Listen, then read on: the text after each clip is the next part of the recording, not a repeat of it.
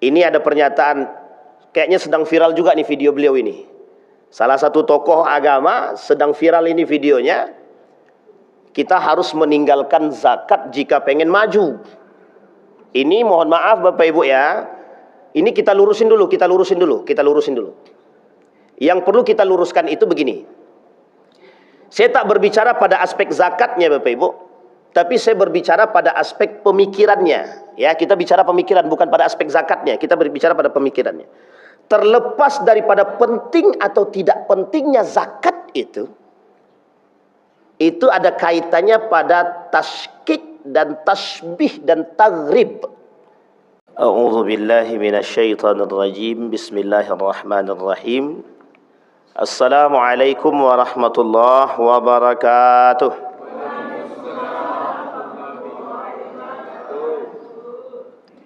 Alhamdulillahi rabbil alamin.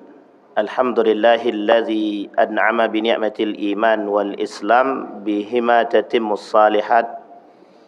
Ashhadu an la ilaha illallah wahdahu la syarika lah wa ashhadu anna Muhammadan abduhu wa rasuluh la nabiyya ba'd.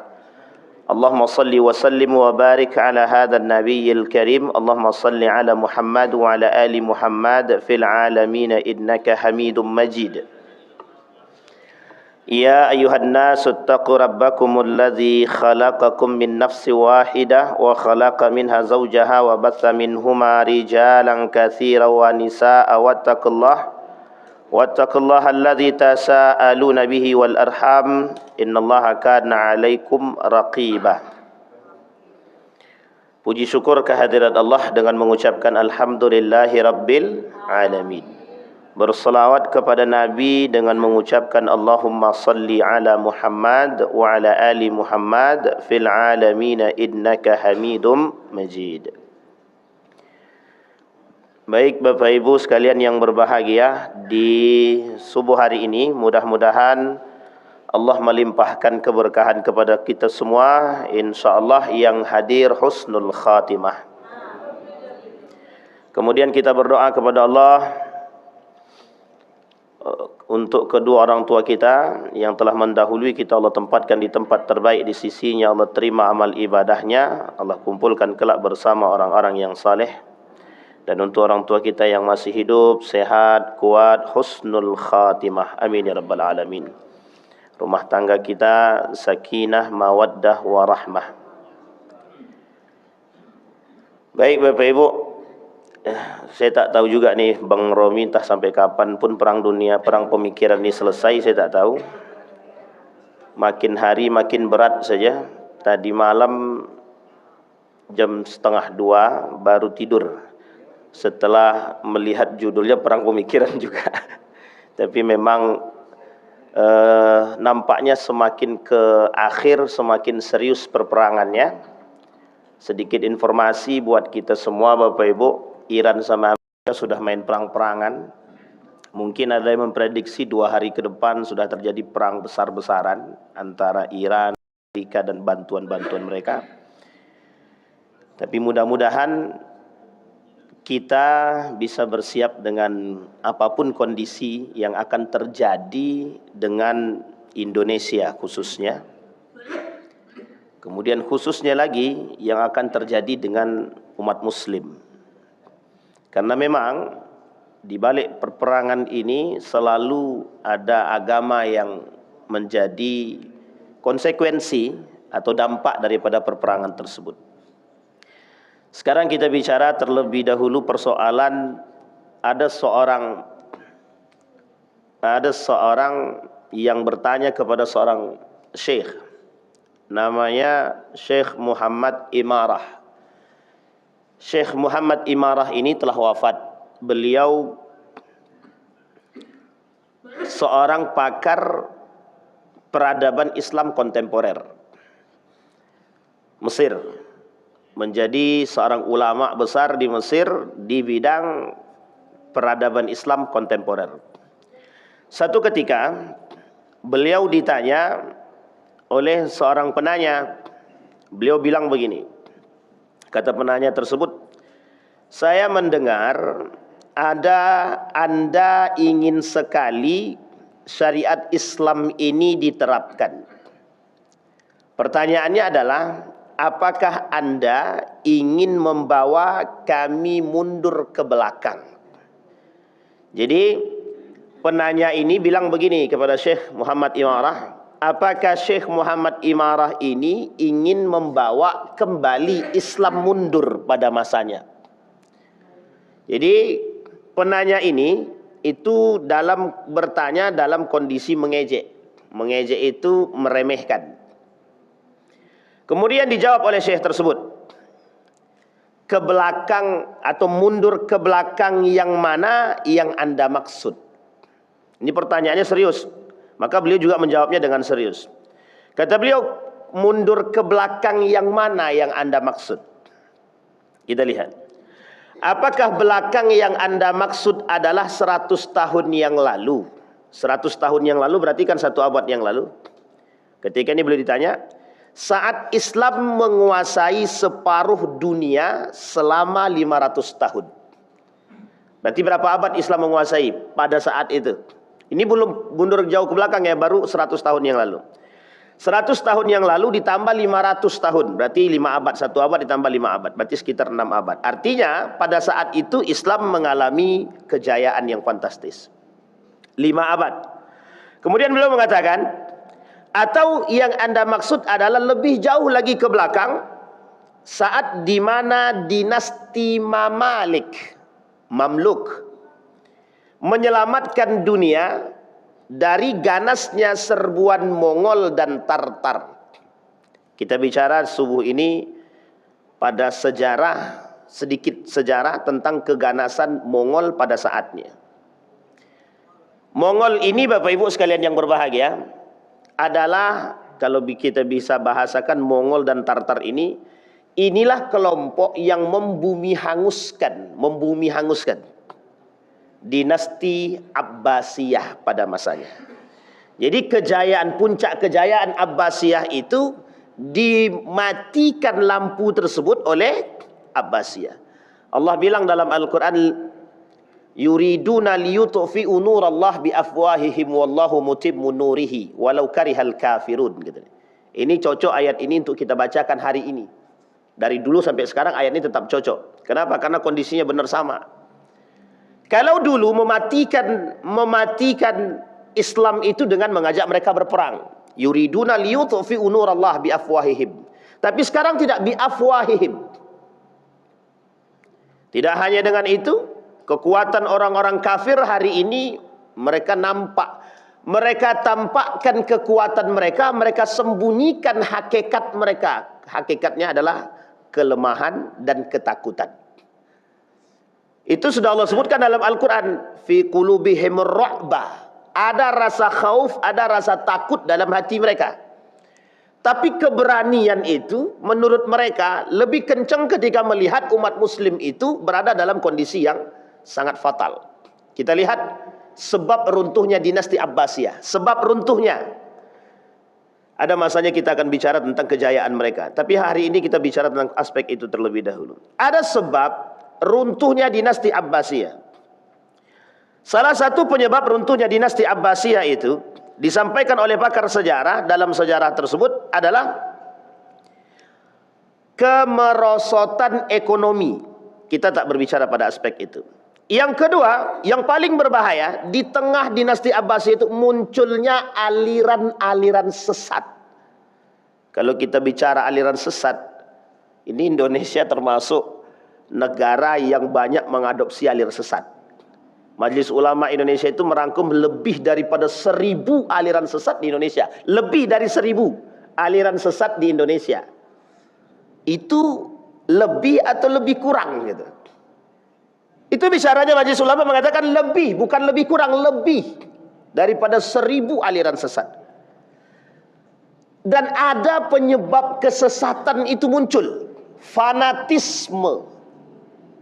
Bayangkan fanatisme. Para ulama kalau berbicara tentang fanatisme, termasuk Yusuf Al-Qaradawi dalam kitabnya Bid'atun fid Din, Al-Bid'atu fid Din.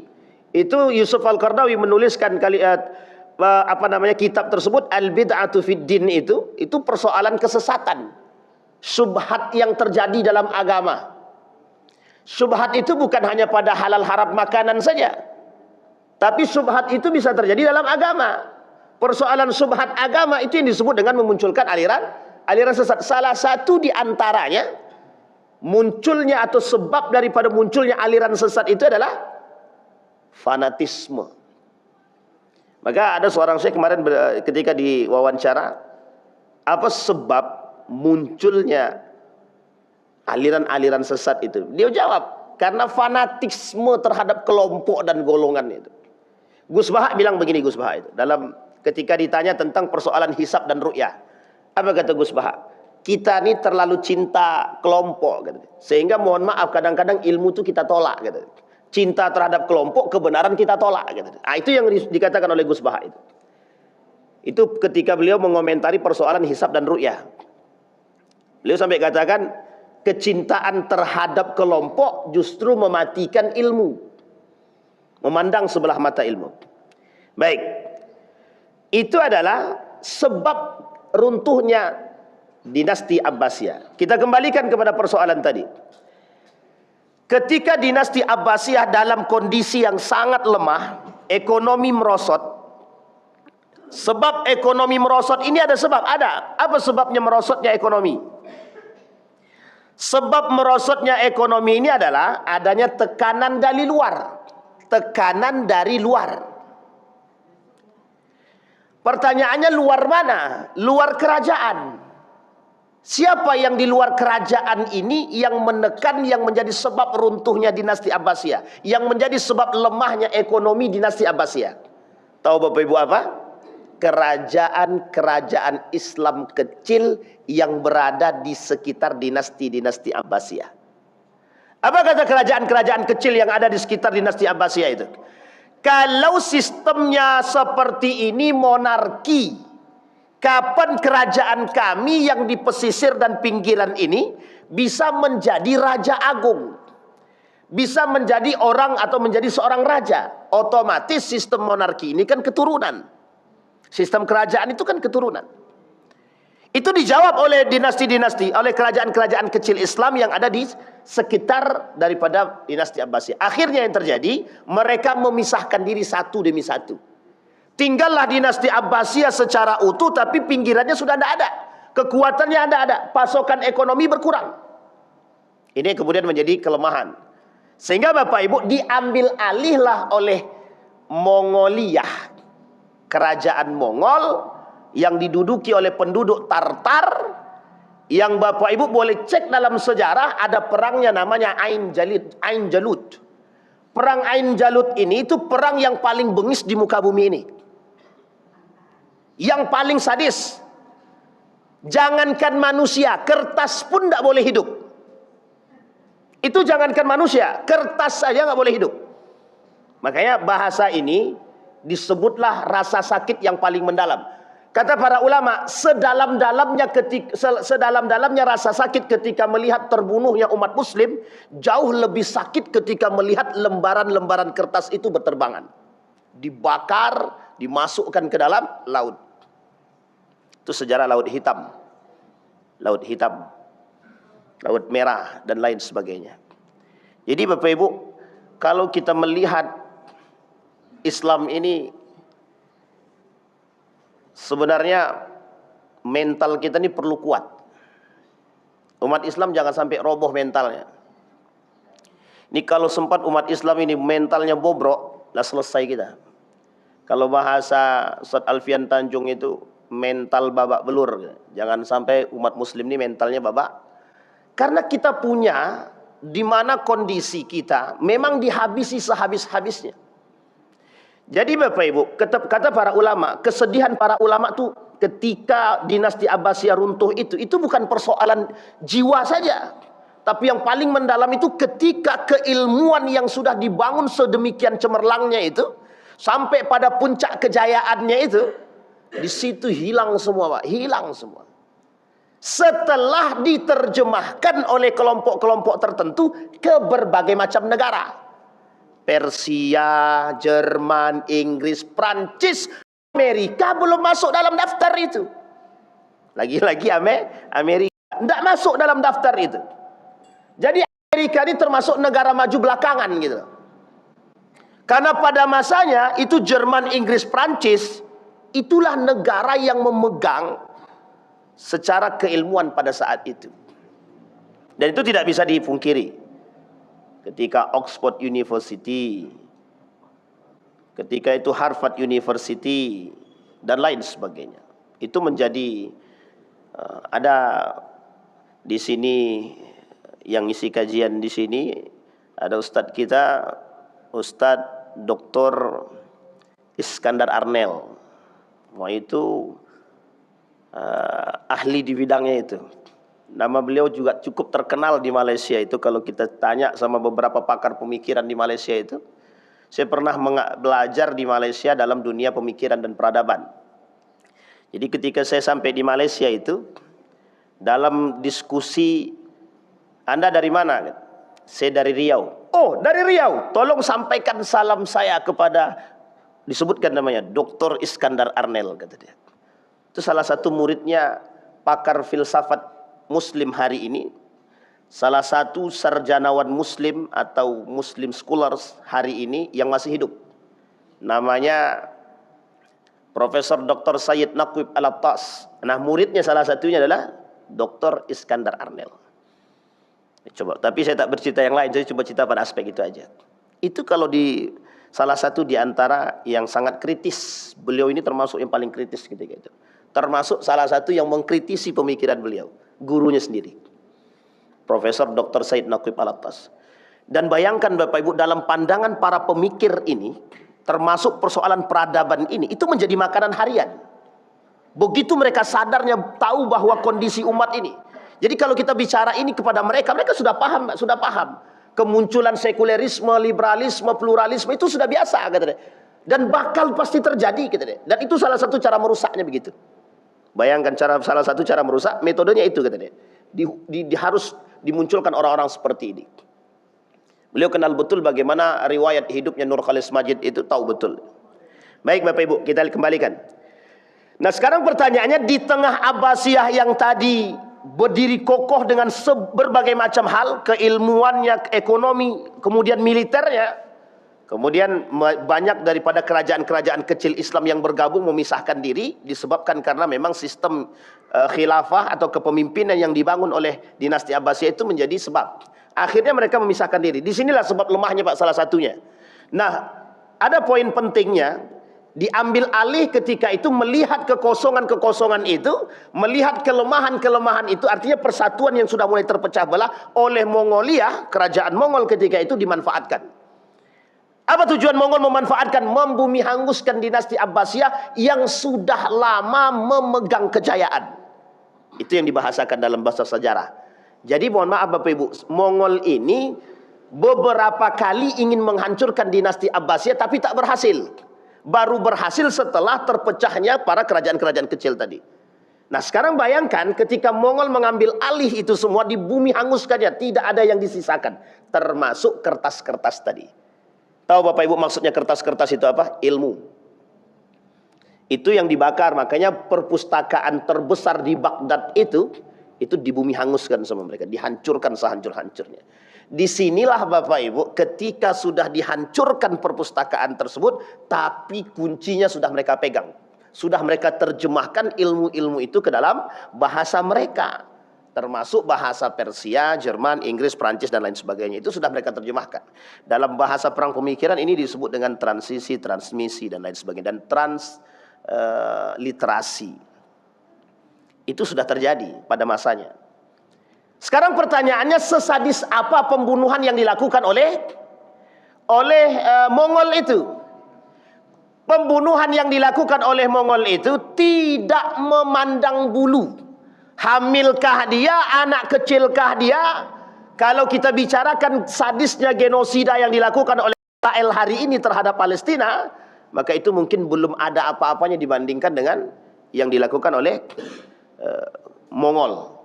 Kalau hari ini pakai senjata yang canggih, dulu mereka membumi hanguskan Abbasiyah itu pakai tangan. Pedang yang ada di tangan mereka. Jadi kepala terpisah antara kepala dan badan itu biasa. Yang namanya mutilasi yang dilakukan oleh Mongol itu biasa. Makanya Bapak Ibu, dalam beberapa riwayat, dalam beberapa sejarah itu dikatakan, apakah Mongol ini akan kembali lagi seperti sebagaimana manusia yang paling sadis, yang menyerupai, sebagian ulama mengatakan menyerupai karakteristik Ya'juj wa Ma'juj. Jadi saking sadisnya Mongol ini, kemunculan Ya'juj wa Ma'juj itu nanti mungkin hampir digambarkan seperti Mongol tadi, saking sadisnya. Maka nanti Ya'juj wa Ma'juj itu sama. Ketika benteng itu, benteng yang dipasang setinggi mungkin itu oleh Zulkarnain itu sudah mulai roboh. Nabi bilang begini tentang Ya'juj wa Ma'juj itu, benteng itu begini gitu. Nih, Ya'juj wa Ma'juj. Itu bentengnya Ya'juj wa Ma'juj itu sudah mulai begini kata Nabi. Artinya sudah mulai renggang. Sudah mulai renggang berarti sudah mulai dekat pada kehancuran. Artinya kalau sudah muncul ini Ya'juj wa Ma'juj ini keluar menemui manusia, oh itu sudah lebih parah lagi bumi ini. Lebih parah lagi. Ustadz ini menakut-nakutkan kami saja. Tidak menakutkan Bapak Ibu. Insya Allah Bapak Ibu yang hadir ini tidak akan ketemu insya Allah. Ya bukan hanya Bapak Ibu, kalau bisa kita semua. Jangan sampai ketemu. Kalau ketemu bahaya. Nah kemudian Bapak Ibu kita lihat. Maka kata Syekh tadi, apa yang Anda ingin maksud? Mundur ke belakang yang mana? Apakah mundur ke belakang ketika Mamluk atau dinasti Mamalik ini menghancurkan Mongol, menghancurkan komunitas Tartar itu yang bengis itu. Nah, Bapak Ibu, ada perang namanya Ain Jalut. Ain Jalut itu perang di mana orang-orang Mongol dan penduduk Tartar itu yang disebutkan dalam sejarah, di dalam sejarah dunia, boleh cek dalam sejarah itu, kekuatan yang tidak pernah bisa ditandingi. Jadi sejarah mencatat bahwa ada satu kelompok yang tidak pernah bisa dimusnahkan. Salah satu diantaranya adalah itu disebut dengan kerajaan Mongol. Tahu ternyata mitos itu tumbang di tangan umat Muslim. Artinya Bapak Ibu, ketika Mamalik atau Mamluk ini bisa membumi hanguskan Mongol, penduduk Tartar, berarti kalau kita lihat hari ini, umat Muslim yang banyak ini, hari ini, yang merata sedunia ini bisa menghancurkan Amerika dan Israel dan Yahudi. Jadi tidak ada istilah Islam tidak pernah menghancurkan negara-negara yang dikdaya, tidak ada. Umar bin Khattab perluasan wilayah yang sangat luas sekali pada saat itu. Yerusalem ditaklukkan tanpa harus pertumpahan darah. Itu Umar bin Khattab.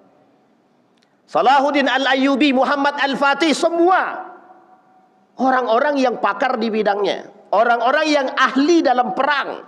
Yang menaklukkan kota-kota yang memang mohon maaf disebut dikdaya. Maka ada kemungkinan Islam akan berjaya pada saatnya. Maka disebutkan dalam hadis itu begini. Al-mustaqbal lihadzal din. Ada satu pernyataan dalam hadis ahad itu. Jadi dalam hadis ahad itu begini. Fase kehidupan dunia ini ada 5. Sistem kepemimpinan itu ada 5. Pada masa baginda Nabi Muhammad SAW. Yang kedua, sistem khilafah alamin hajin nubuwah. Itu yang kedua. Pada masa Nabi yang pertama, karena Nabi masih hidup. Yang kedua, itu pada masa Khulafaur Rasyidin, sistem kepemimpinannya masih sama seperti sistem kepemimpinan baginda Nabi. Yang ketiga, ada namanya sistem kepemimpinan yang diktator. Itu sudah lewat masanya. Kapan itu? Oleh para ulama disebutkan mulai bermunculannya ketika dinasti Muawiyah, dinasti Umayyah, dimulai Muawiyah ibn Abi Sufyan sampai runtuhnya dinasti Turki Utsmani. Habis.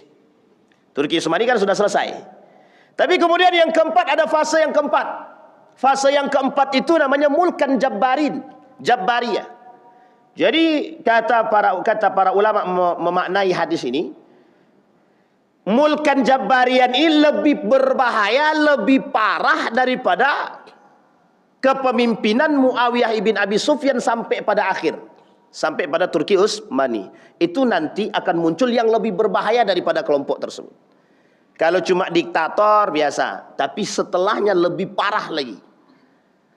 Nah, sebagian ulama mengatakan yang disebut dengan lebih parah itu di mana? Sekarang nih, di sini.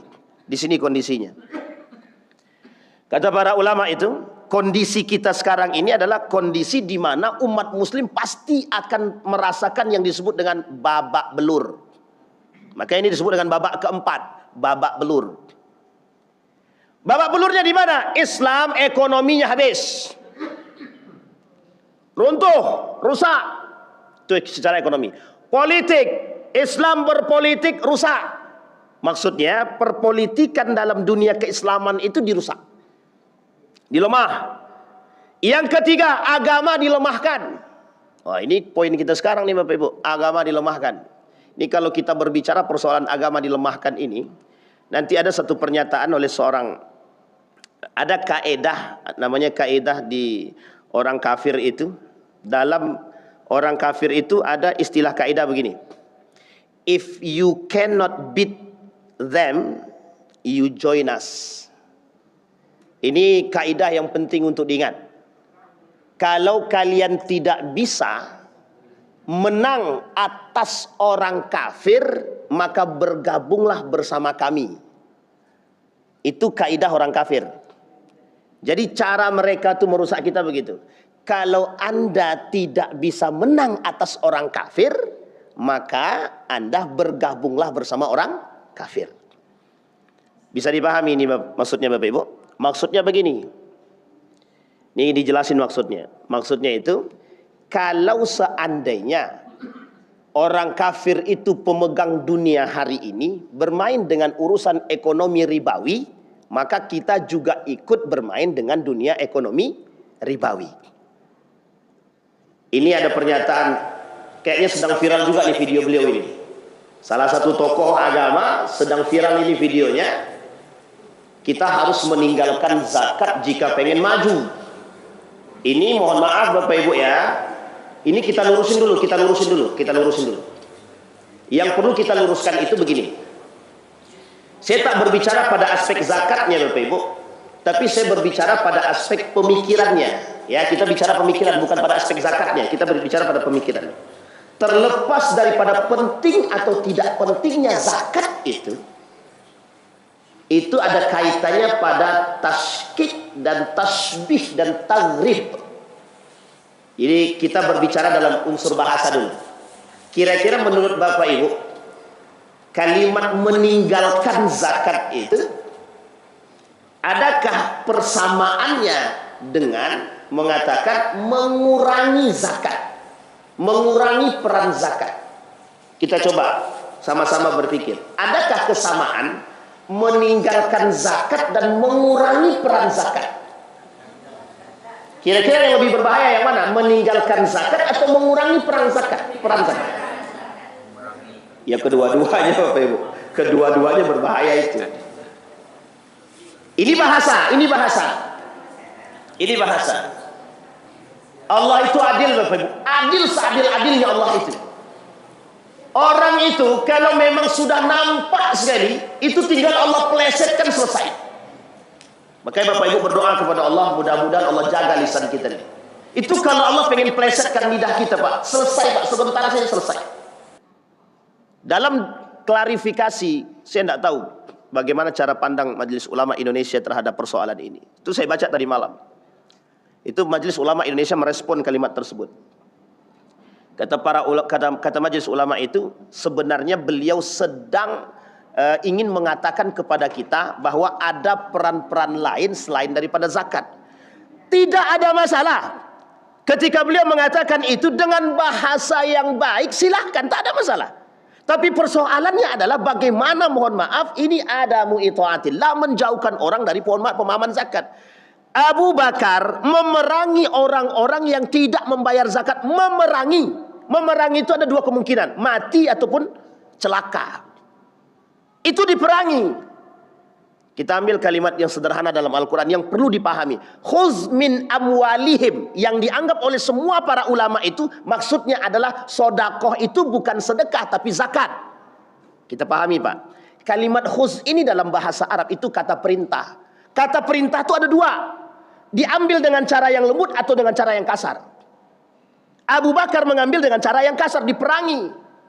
Umar bin Khattab dibangun Baitul Mal. Umar bin Abdul Aziz mengelola semuanya dengan Baitul Mal.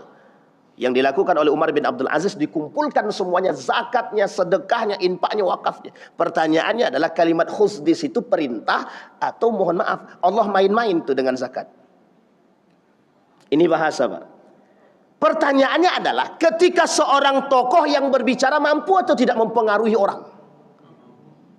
Apalagi kalau tokoh tersebut bergelar akademik tinggi, profesor misalkan. Itu sangat mungkin sekali, Pak. Bisa dipahami sampai di sini, Bapak Ibu? Ini yang harus kita sebut. Ini salah satu poinnya yang disampaikan tadi. If you cannot beat them, you join us. Kalau Anda tidak bisa mengalahkan mereka orang kafir, Anda bergabung dengan kami. Jadi salah satu cara untuk bergabung dengan mereka adalah menggunakan unsur ribawi, tapi kemudian meninggalkan zakat. Sekarang saya tanya Bapak Ibu, yang salah dari umat muslim itu sekarang apa persoalannya? Zakatkah atau umat muslimnya? Umat muslimnya. 2,5 itu sudah takaran terbaik yang diberikan oleh Nabi. Memang Nabi tidak mengatakan 2,5. Secara spesifik itu dalam hadis tidak ada 2,5 itu tidak ada. Karena bahasanya kan mud. Bahasanya mud. Pertanyaannya adalah, kalau semua orang kaya ini mau bayar zakat, kira-kira bisa nggak mengataskan kemiskinan itu? Selesai, Pak. Masalahnya bukan itu. Masalahnya satu saja. Anda mau atau tidak? Contoh, pemerintah negara Republik Indonesia atau Kementerian Agama. Apa maksudnya? Buat satu aturan umat muslim yang tidak bayar zakat tarik paksa, kayak pajak begitu. Kalau seandainya mau dibuat seperti itu, alangkah lebih baiknya ketimbang mohon maaf mengatakan harus meninggalkan zakat. Meskipun mungkin tidak ada niat. Mungkin tidak ada niat. Tapi dalam dunia perperangan ini biasa terjadi. Dan itu sudah menjadi mainan Bapak Ibu. Makanya bahasanya, kalau Anda tidak bisa memerangi mereka, maka bergabunglah bersama kami. Itu baru satu, Pak. Baru dalam dunia. Itu yang jelas-jelas menentangnya, Pak. Bagaimana kalau ke depan ini Islam akan lebih parah diinjak. Maka di sini poin penting yang tadi saya sampaikan di depan. Kita umat muslim ini yang hidup di akhir zaman, di fase keempat ini, di fase babak belur ini, ada satu nasihat yang harus kita sampaikan. Mungkin tidak satu, ada beberapa. Mental kita jangan sampai babak belur. Kenapa Ustaz katakan mental kita jangan sampai babak belur? Karena umat muslim harus berada pada tingkatan tinggi kesabarannya. Ada istilah begini. Saya tuliskan istilah itu. Lebih baik kalah dalam perjuangan, ingat kalimatnya, lebih baik kalah dalam perjuangan tetapi selamat daripada mengikuti kejahatan dan menang tapi belum tentu selamat. Contoh. Ini kita ambil contoh sederhana.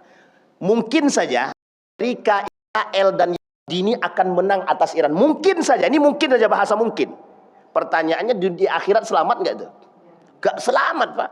Karena kemenangan yang hakiki untuk umat muslim itu bukan di dunia, di akhirat. Itu yang dibahasakan oleh Nabi dalam hadisnya. Fase yang kelima. Fase kelima itu al-mustaqbal li hadzal din. Dunia ini, masa depan dunia ini di tangan Islam. Kapan itu? Pada fase yang kelima, ala minhajin nubuwwah ats-tsaniyah. Sistem khilafah itu akan bangkit lagi pada fase yang kelima dengan model sistem khilafah yang kedua. Pertanyaannya, apakah sama seperti Nabi dan Khulafaur Rasyidin atau berbeda? Ikhtilaf para ulama. Yang pertama mengatakan sama persis seperti pada masa Nabi. Yang ulama kedua mengatakan bersatunya seluruh negara-negara Islam dalam satu bendera. Seluruh negara-negara Islam bersatu dalam satu bendera. Artinya kalau bersatu dalam satu bendera ada satu komando. Dan umat muslim bersatu. Ini yang disebut dengan yang kedua. Artinya Bapak Ibu, kata Nabi dilihat dalam beberapa riwayat itu, kemenangan umat muslim di fase yang kelima ini hanya berjalan lebih kurang 9 tahun. 9 tahun itu lama apa sebentar? Lama atau sebentar? Itu sangat sebentar sekali. Sangat sebentar sekali. Oke Bapak Ibu, bisa dipahami Bapak Ibu ya. Jadi kalau kita lihat sekarang, ada satu kaedah orang kafir selain dari yang tadi kita bilang. Ada namanya politik, ini bahasanya agak-agak susah. Machiavelli. Politik Machiavelli itu politik menghalalkan segala cara. Nah itu kan sudah kita lihat sekarang. Politik menghalalkan segala cara ini Bapak Ibu boleh tengok di seluruh muka bumi ini. Salah satu sistem politik yang dilakukan oleh Amerika Serikat itu yaitu tadi, menghalalkan segala cara. Saya tak bahas kasus Epstein lagi, karena sudah selesai, sudah banyak yang membahas itu.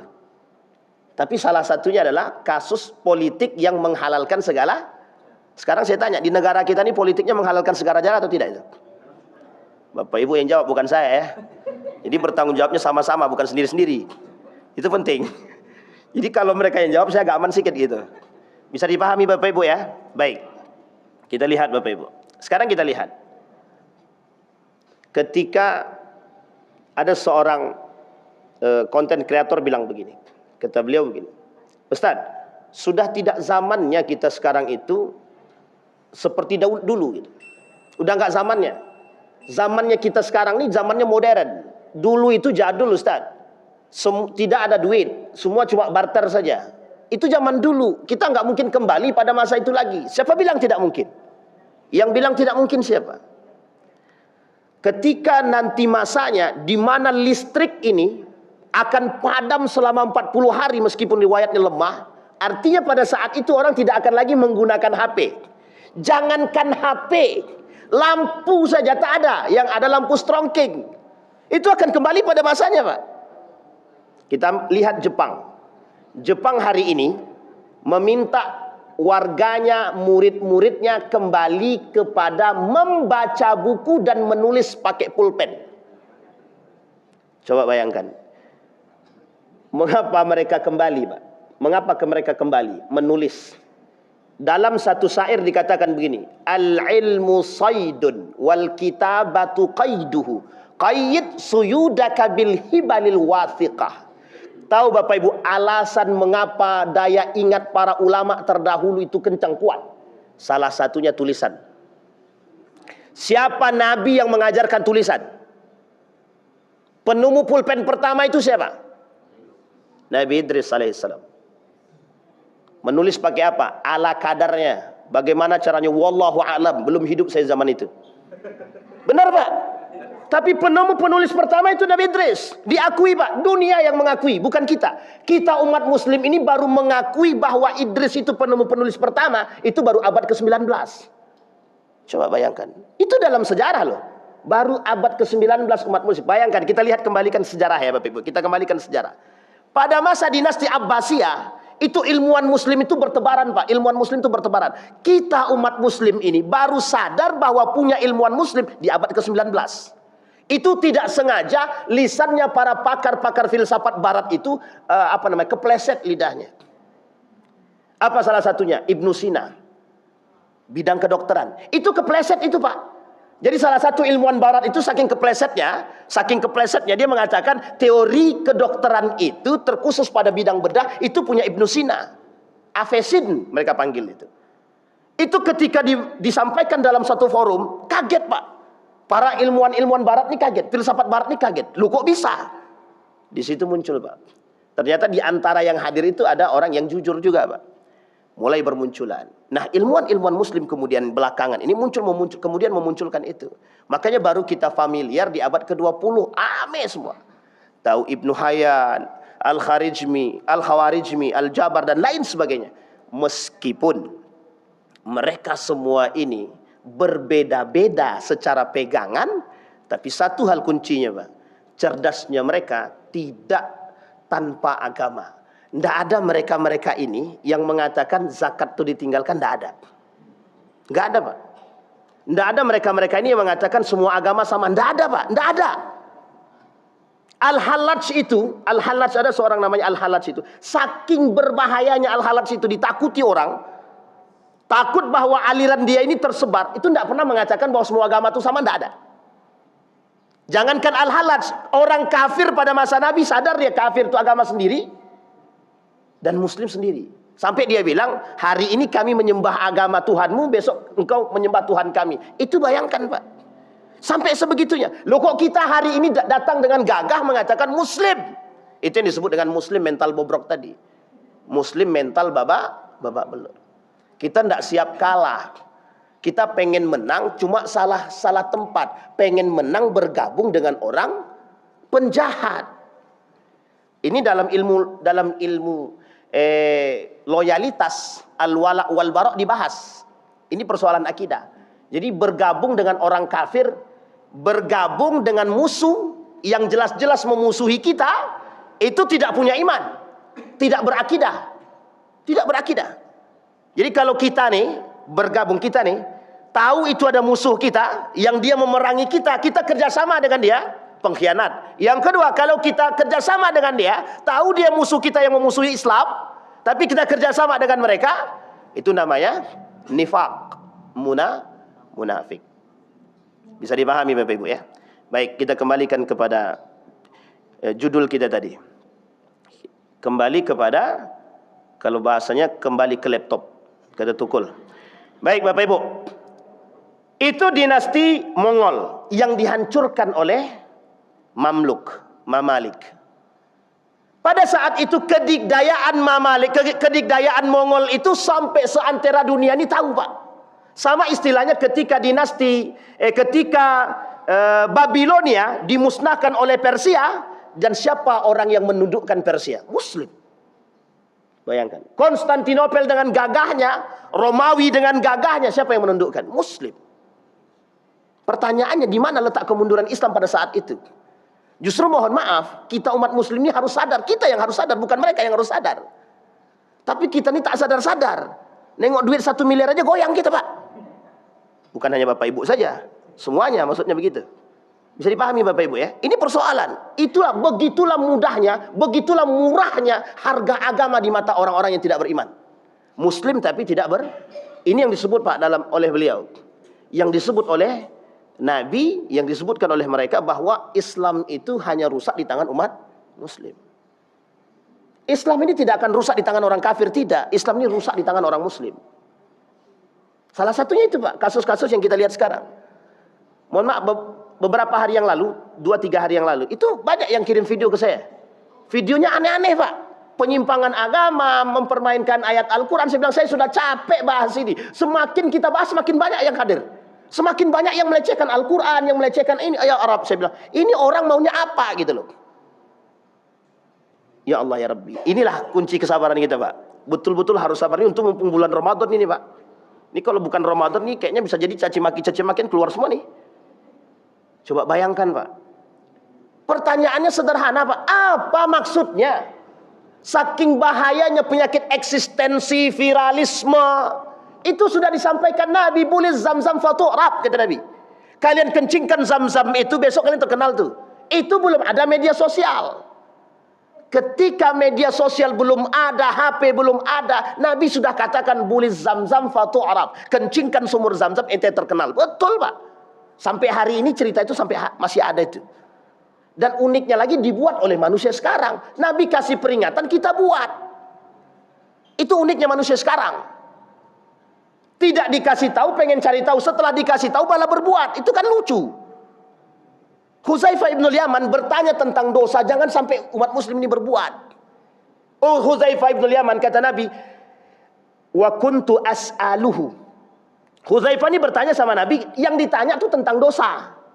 Yang lain bertanya tentang tahajud, ibadah. Hudzaifah bertanya tentang dosa. Kata Hudzaifah, kalau aku tahu, aku bisa menghindari.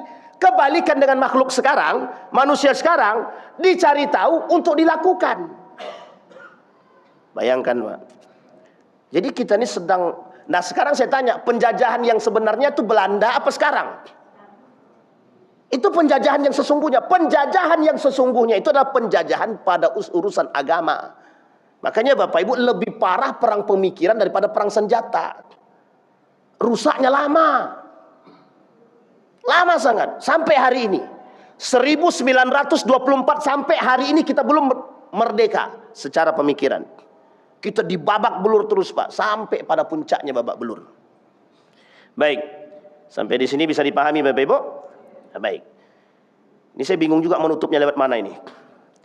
Kemudian yang kedua, apa yang Anda maksud mundur ke belakang? Atau lebih jauh lagi pada masa dinasti Abbasiyah yang menguasai seluruh dunia? Boleh dicek Pak, dicek. Semenanjung itu kekuasaan Abbasiyah semua. Semenanjung pandang, sejauh mata memandang, itu kekuasaan Abbasiyah semua. Kekuasaan Abbasiyah semua. Wilayah kekuasaan apa? InsyaAllah kalau ada waktu, kapan waktu kita bahas itu kejayaan Abbasiyah itu. Dimulai dari dinasti Umayyah, nanti sampai pada masa dinasti Abbasiyah, sampai pada Andalusia, sampai pada akhir dinasti Turki Utsman. Itu kejayaan Islam terbentang luas Pak. Satu-satunya satu-satunya superhero yang bisa menerjemahkan maksud daripada Aristoteles dan Plato, Ibn Rusdi, Averroes. Itu dibunuh, bukan dibunuh, difitnah. Setelah difitnah, diusir, dipulangkan ke kampungnya, wafat di sana. Setelah dipenjara dulu, setelah dipenjara diusir dia dari Andalusia itu, setelah diusir sampai wafat dia di kampung. Itu pelakunya siapa? Pelakunya siapa? Ateis. Orang-orang yang tidak Makanya Bapak Ibu, setelah kasus itu muncul bahasa, muncul berbagai macam penelitian daripada ilmuwan-ilmuwan barat itu, semakin tinggi tingkat keateisan seseorang akan semakin sejahtera. Pertanyaannya, betulkah ini salah satu pendukung untuk memunculkan yang disebut dengan sekulerisme? Atau pada masa dinasti Umayyah, atau sebelumnya lagi Umar bin Khattab, Umar bin Abdul Aziz.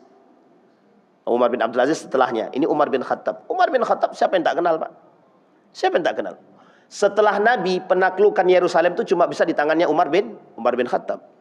Setelah Umar bin Khattab itu kemudian baru ditaklukkan oleh ulama-ulama setelahnya, para pemimpin panglima-panglima perang setelahnya.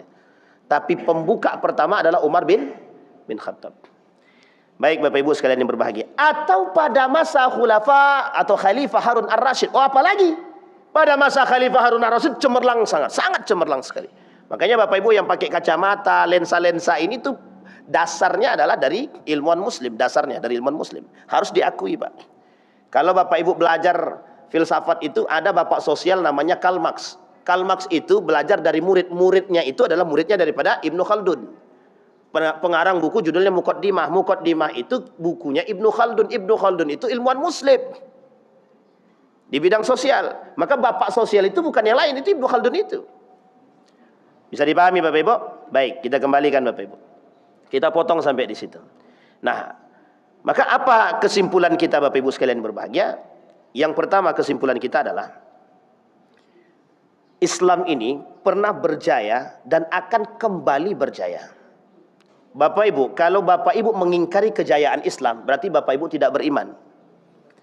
Ratu Elizabeth, Raja Ferdinand, itu mereka lebih dulu mengakui akan munculnya Islam kemudian. Artinya, mereka sudah paham melalui para ahlul kitab mereka yang mengatakan kepada mereka bahwa Islam ini akan bangkit kembali. Akan bangkit kembali. Artinya mereka sudah lebih tahu. Harusnya kita sebagai muslim lebih tahu dan memanfaatkan itu. Baik. Itu yang pertama. Yang kedua Bapak Ibu sekalian berbahagia, ini nasihat untuk kita. Nabi pernah bilang kepada Zainab binti Jahshin. Kata Nabi kepada Zainab binti Jahshin, wailun lil arabi. Sebelum Nabi bilang wailun lil arabi, Nabi bilang la ilaha illallah. Ulama mengatakan apa maksudnya? Pegang teguh tu tauhid. Pegang teguh tu akidah. Ruh perjuangan kita sedang hilang. Kalau Anda tidak berpegang teguh dengan akidah yang baik, iman yang kuat, Anda ikut meleset. Itu kejadiannya kan? Sudah banyak kejadiannya Pak. Kata Nabi, pegang tu la ilaha illallah. Pegang, sekuat mungkin pegang. Jangan sampai goyang. Megangnya Bapak Ibu, megangnya itu harus kuat beneran. Jangan cuma pegang biasa saja. Itu kena angin kencang, habis hilang itu Pak. Itu kata Nabi, la ilaha illallah. Dilanjutkan sama Nabi, wailun lil arabi, syarrun qad iqtaraba. Kejahatan untuk jazirah Arab mulai mendekat. Kejahatan untuk jazirah Arab mulai mendekat. Sekarang Bapak Ibu tengok di jazirah Arab itu, apa yang tak nampak sekarang? Wanita seksi ada. Orang bejat banyak. Sekarang. Dulu mungkin tidak, tapi sekarang itu perkataan Nabi terbukti apa tidak? Artinya Bapak Ibu, semakin mendekat ke sini, kita harus betul-betul berpegang. Nah yang ketiga Bapak Ibu, itu yang disampaikan oleh Alfian Tanjung tadi. Muslim, orang mukmin mentalnya nggak boleh babak belur.